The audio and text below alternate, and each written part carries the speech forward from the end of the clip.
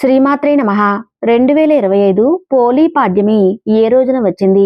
ఎన్ని ఒత్తుల దీపాలను వెలిగించి వదలాలి? 31, 32, 35 అరటి డొప్పులు లేకపోతే ఏం చేయాలి? ఈ రోజు నాన్ వెజ్ తినవచ్చా? తులసి కోట లేనివారు ఏం చేయాలి? పోలీ పాడ్యమికి ఆనవాయితీ ఉండాలా? ఈ రోజు కుదరకపోతే మరలా ఎప్పుడు వెలిగించాలి? ఇంట్లో వాళ్ళు నిద్రపోతున్నప్పుడు పూజ చేయవచ్చా? పోలీ స్వర్గం లేదా పోలీ పాడ్యమి ఎలా జరుపుకోవాలి అనే అంశాలన్నీ కూడా పూర్తిగా వివరంగా ఈ వీడియోలో తెలుసుకుందాం. ముందుగా అందరూ ఈ వీడియోకి లైక్ చేసి ఓం నమఃశివాయ అని కామెంట్ చేయండి.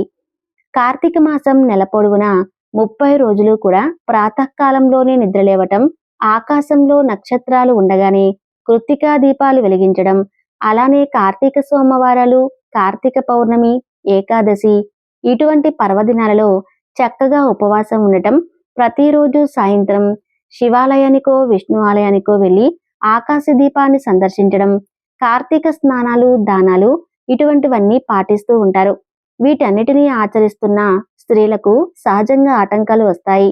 ఆ 4 రోజులు చేయలేకపోయామని బాధ కలగడానికి అవకాశం ఉంటుంది. ఆ 4 రోజులు కూడా దీపాన్ని పెట్టిన పుణ్యాన్ని పొందడానికి ఏర్పాటు చేసిన ప్రక్రియ ఈ పోలీ పాడ్యమి. శ్రద్ధ కలిగిన వారికి మాత్రమే పరమేశ్వరుడు అనుగ్రహిస్తాడు అని చెప్పేటటువంటి అత్యంత ప్రధానమైన ఆంతర్యం కూడా ఈ పోలీ స్వర్గంలో మనకు కనపడుతుంది. పోలీ పాడ్యమును ఎలా జరుపుకోవాలి, ఎలా జరుపుకున్నట్లయితే ఈ కార్తీక మాస పుణ్యమంతా పొందగలుగుతాము అని చెప్పుకునే అంశాలు ఏమి ఉన్నాయి అనేది ఇప్పుడు గమనించే ప్రయత్నం చేద్దాం. పోలీ పాడ్యమి ఇది మార్గశిర మాసంలో పాడ్యమి తిథి ఉన్న రోజు జరుపుకుంటాం. అంటే కార్తీక అమావాస్య మరుసటి రోజు. 2025 పోలీ పాడ్యమి ఏ రోజున వచ్చింది అంటే నవంబర్ 21వ తేదీ శుక్రవారం రోజున పోలీ పాడ్యమి వచ్చింది. పాడ్యమి తిథి ఎప్పుడు? 2025 నవంబర్ 20 గురువారం ఉదయం 10:40 నుంచి నవంబర్ 21 శుక్రవారం మధ్యాహ్నం 12:37 వరకు పాడ్యమి తిథి ఉంటుంది. దీపాలను వదలవలసిన సమయం 2025 నవంబర్ 21 శుక్రవారం ఉదయం 6 గంటల లోపు, అంటే సూర్యోదయానికి ముందే దీపాలను వదలాలి. పోలీ పాడ్యమి పూజా విధానం ఏంటో తెలుసుకుందాం. ఆకాశంలో నక్షత్రాలు ఉండి సూర్యోదయం కాకముందే ఇంట్లో ఉండే తులసమ్మ దగ్గర ఆవు పేడతో అలకాలి. కుదరకపోతే ఆవు పేడ పిడకలు దొరుకుతాయి కదా, వాటిని నీటిలో కలిపి చల్లాలి. ఆవు పేడతో అలికిన తర్వాత బియ్యపిండితో పద్మం, స్వస్తిక్, చక్రం, శంఖం, కృష్ణుని పాదాలు ముగ్గులు వేయాలి. ముగ్గులలో పసుపు కుంకుమ వేసి తులసమ్మకి యథాశక్తిగా పూజ చేయాలి. తులసి కోట దగ్గర చక్కగా దీపాలు పెట్టండి. తులసికి నీరు పోయండి. కాస్త పసుపు కుంకుమ గంధంతోటి అలంకరించండి. తులసి చెట్టు మొదట్లో వేయకూడదు, కాండానికి రాయండి. ఆ తర్వాత అగరబత్తీలు వెలిగించి దీపాన్ని చూపించి నైవేద్యం నివేదించి లక్ష్మీనారాయణులకు నమస్కరించుకోండి. ఆ తర్వాత మంగళహారతి ఇచ్చేయండి. తులసి అష్టోత్తరం, కార్తీక దామోదర అష్టోత్తరం పఠించాలి. కార్తీక మాసం అంతా దీపారాధన చేసిన పుణ్యఫలం కలగడానికి గాను మొత్తం 33 ఒత్తులను తులసి కోట దగ్గర వెలిగించాలి. 33 ఒత్తులే ఎందుకు అంటే కార్తీక మాసంలో ఉండే 30 రోజులకు గాను 30 ఒత్తులు, తిథులు హెచ్చుతగ్గులకు గాను 1 వత్తి, మిగతా 2 ఆ రోజు వెలిగించాల్సిన దీపాలు, మొత్తం 33 దీపాలు. 33 కోట్ల దేవతలు మనకు ఉన్నారు అని ప్రతీకగా 33 దీపాలు వెలిగిస్తారు. చెరువులు, నది దగ్గరలో ఉన్నవారు అక్కడికి వెళ్లి అరటి డొప్పలలో దీపాలు విడిచిపెట్టాలి. చెరువులు, నదులు లేని వాళ్ళు ఇంట్లో ఇత్తడి పళ్ళెంలో నీరు పోసి అరటి డొప్పలలో దీపాలు వెలిగించి దానినే చెరువుగా భావించి విడిచిపెట్టాలి. అరటి డొప్పలు లేక కుదరకపోతే కొబ్బరి చిప్పలో కానీ, తమలపాకులో కానీ, జిల్లేడు ఆకులో కానీ దీపాలను వదలాలి. తర్వాత చేతిలో అక్షింతలు పట్టుకుని పోలీ స్వర్గం కథ చెప్పుకుని కొన్ని అక్షంతలను తులసమ్మకు వేసి కొన్ని మన తల మీద వేసుకోవాలి. ఈ పూజను ఆచరించడానికి ఆనవాయితీ అవసరం లేదు, ఎవరైనా చేయవచ్చు. ఈ రోజున నాన్ వెజ్ తినటం అస్సలు చేయకూడదు. ఇంట్లో వాళ్ళు నిద్రపోతున్నప్పుడు పూజ చేయవచ్చా అంటే సాధారణంగా తులసి కోట బాల్కనీలో బయట ఉంటుంది కనుక అక్కడ శుభ్రం చేసుకుని పూజ చేయవచ్చు. ఇంట్లో వాళ్ళు నిద్ర లేవరు అనుకున్నప్పుడు ఇలా చేసుకోండి. అంతేకాని మనసును కష్టపెట్టుకోవద్దు. ఈ రోజు కుదరకపోతే మళ్ళీ ఎప్పుడు వెలిగించాలి అంటే మళ్ళీ వచ్చే సంవత్సరమే ఈ పోలీ పాడ్యమి ఈ దీపాలను వెలిగించాలి.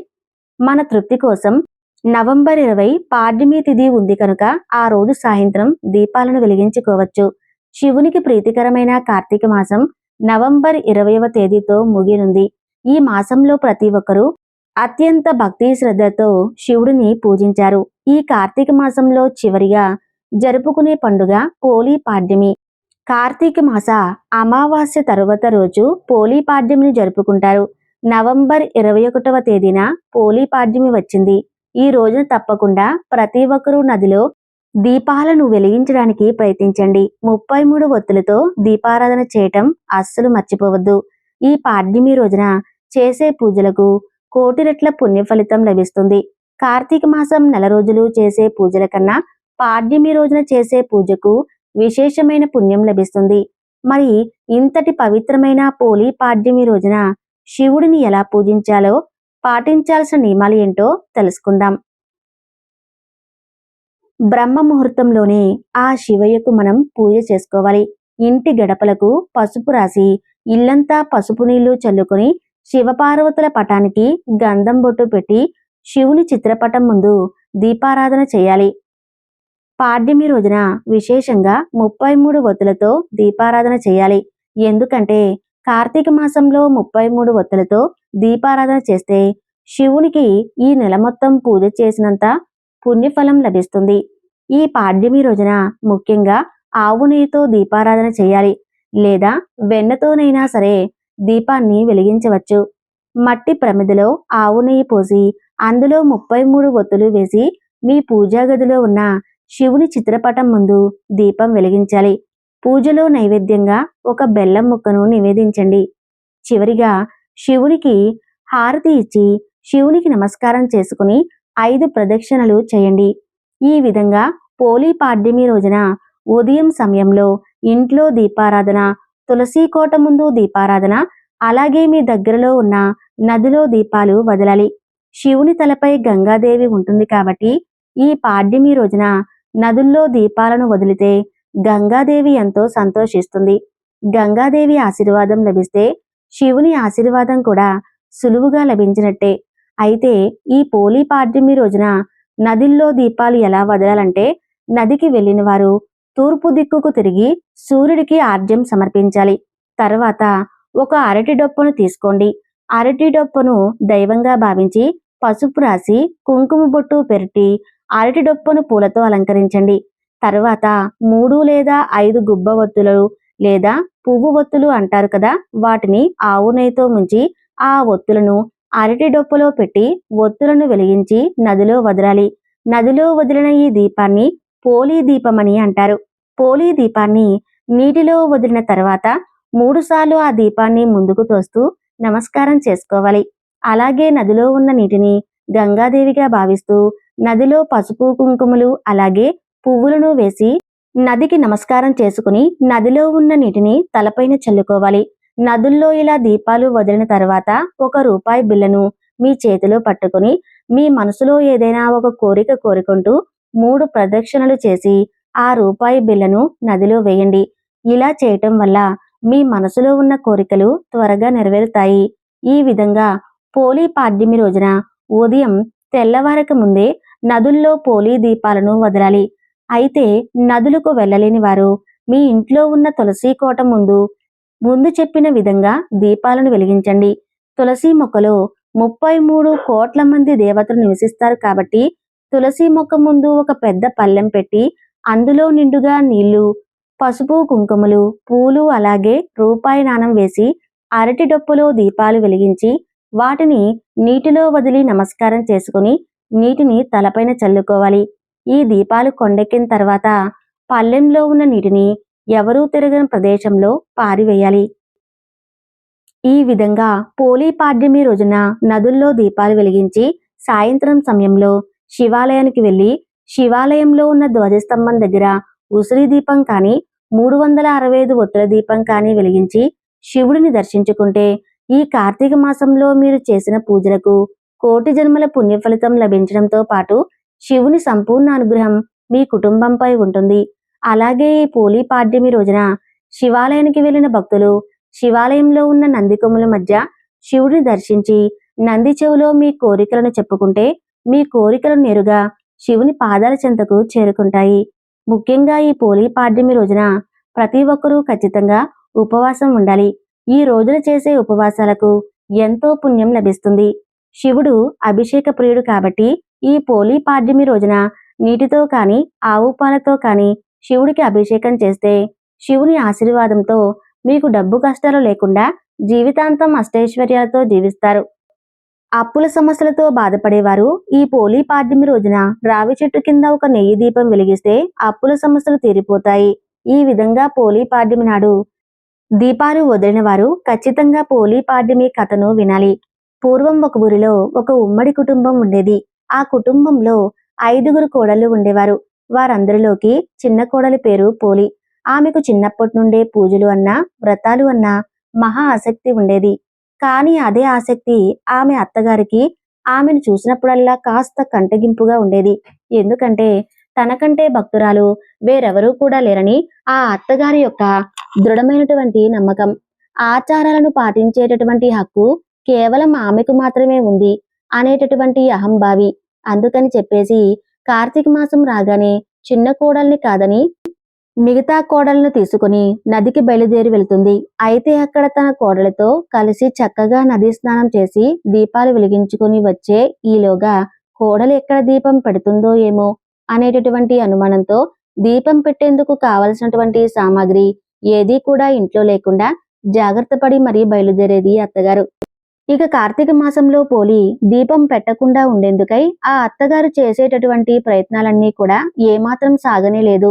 ఎందుకంటే పెరట్లో ఉన్నటువంటి పత్తి చెట్టు నుండి కాస్త పత్తిని తీసుకుని దానితో ఒత్తిడి చేసేది పోలి. ఇంట్లో కవ్వానికి ఉన్నటువంటి వెన్నను తీసి దీపాన్ని వెలిగించింది. ఆ దీపం ఎవరికీ కనిపించకుండా ఉండేందుకై దాని మీద బుట్టను బోర్లించింది. ఈ విధంగా కార్తీక మాసం అంతా కూడా నిర్విఘ్నంగా దీపాలను వెలిగించింది పోలి. ఇక చివరికి అమావాస్య రోజు రానే వస్తుంది. కార్తీక మాసం చివరి రోజు కాబట్టి ఆ రోజు కూడా నదీ స్నానం చేసి ఘనంగా కార్తీక దీపం వెలిగించేందుకు అత్తగారు బయలుదేరుతుంది. వెళుతూ వెళుతూ పోలి ఆ రోజు కూడా దీపాలను పెట్టేటటువంటి తీరిక లేకుండా ఇంట్లో ఉన్నటువంటి పనులన్నీ కూడా అత్తగారు పోలికి అప్పగించి మరీ వెళ్తుంది. కానీ పోలి ఎప్పటిలాగే ఇంట్లో ఉన్నటువంటి పనులన్నీ కూడా చకచకా ముగించేసుకుని కార్తీక దీపం వెలిగించుకుంటుంది. అలా ఎన్ని అవంతరాలు ఆమెకు వచ్చినా సరే, ఎంత కష్టసాధ్యమైనటువంటి పనులు ఉన్నా సరే, ఆమె మాత్రం ఆమె యొక్క ధర్మాచరణ ఏమాత్రం కూడా మర్చిపోకుండా ఆమె చేసినటువంటి ఆమె యొక్క ధర్మాచరణ పోలిని చూసి దేవతలు కూడా ముచ్చట వేసేలా చేస్తుంది. ఇక వెంటనే ఆమెను బంధించి స్వర్గానికి తీసుకుని వెళ్లేందుకై అక్కడ ఒక విమానం దిగి వస్తుంది. అప్పుడే నదీ స్నానం చేసి ఇంటికి చేరుకున్నటువంటి అత్తగారు ఆమె 4గురు కోడళ్ళు ఆ విమానాన్ని చూసి అది వారి కోసమే వచ్చిందేమో అని అనుకొని ఎంతో మురిసిపోతూ ఉంటారు. కానీ అందులో పోలి ఉండేసరికి వారు నిర్ఘాంతులవుతారు. ఎలాగైనా సరే ఆమెతో పాటుగా తాము కూడా స్వర్గానికి వెళ్ళాలనుకునేటువంటి ఆతృతతో పోలీకాలను పట్టుకుని వేలాడేటటువంటి ప్రయత్నం చేసినా ఉపయోగం లేకపోతుంది. ఇక విమానంలో ఉన్నటువంటి దేవతలు పోలి మాత్రమే స్వర్గానికి చేరుకునేటటువంటి నిష్కల్మషమైన మనసు కలిగి ఉందని చెబుతూ వారును కిందకు దించేస్తారు. కాబట్టి అశ్వయుజమాస మొదలుకొని కార్తీక అమావాస్య వరకు ప్రాతకాలమే లేచి నదీ స్నానం చేసి దీపాలు వెలిగించలేని వారు ఈ పోలీ స్వర్గం నాడు తెల్లవారుజామునే లేచి నదిలో స్నానమాచరించి అరటి డొప్పలో దీపాలు వెలిగించి వదిలిన వాళ్ళు కార్తీక మాసం అంతా కూడా తెల్లవారుజామున నదీ స్నానం ఆచరించినటువంటి ఫలితం ఉంటుంది.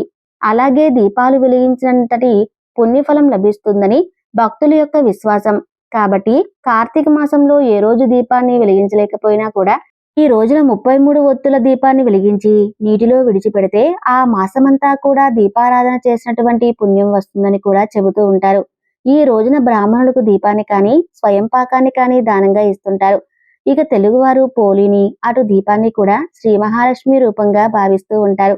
అందుకని చాలా మంది ఈ యొక్క పోలీ దీపాలను అమావాస్య రోజున కాకుండా మరునాడు వచ్చేటటువంటి పాడ్యమి రోజున వెలిగించుకుంటారు. ఇది పోలీ స్వర్గం కథ. అయితే కార్తీక మాసం దీపాలు వెలిగిస్తే పోలీలాగే స్వర్గానికి చేరుకుంటామా లేదా అనేది తర్వాత మాట. ఆచారాన్ని పాటించాల్సినటువంటి మనసు ఉన్నప్పుడు మార్గం అనేది దానంతట అదే కనిపిస్తుంది అని చెప్పటం అనేది ఈ కథలో ఉన్నటువంటి ఆంతర్యంగా మనకు తెలుస్తుంది. భగవంతుని కొలుచుకోవడానికి కావాల్సింది శ్రద్ధ, అంతేకాని ఆడంబరం కాదని చెప్పి తెలియజేస్తుంది. అన్నిటికీ మించి అహంకారంతో చేసేటటువంటి పూజలు ఎందుకు కూడా పనికిరావు అని హెచ్చరిస్తుంది. అత్తాకోడల మధ్య సఖ్యత ఉండాలని అటువంటి నీతిని బోధిస్తుంది. అందుకే ప్రతి కార్తీక మాసంలోనూ ప్రతి తెలుగింట్లోనూ పోలీస్ వర్గం కథ వినిపిస్తూనే ఉంటుంది. కాబట్టి పోలీస్ వర్గం కథ తప్పకుండా నచ్చితే లైక్ చేసి సబ్స్క్రైబ్ చేసుకోండి.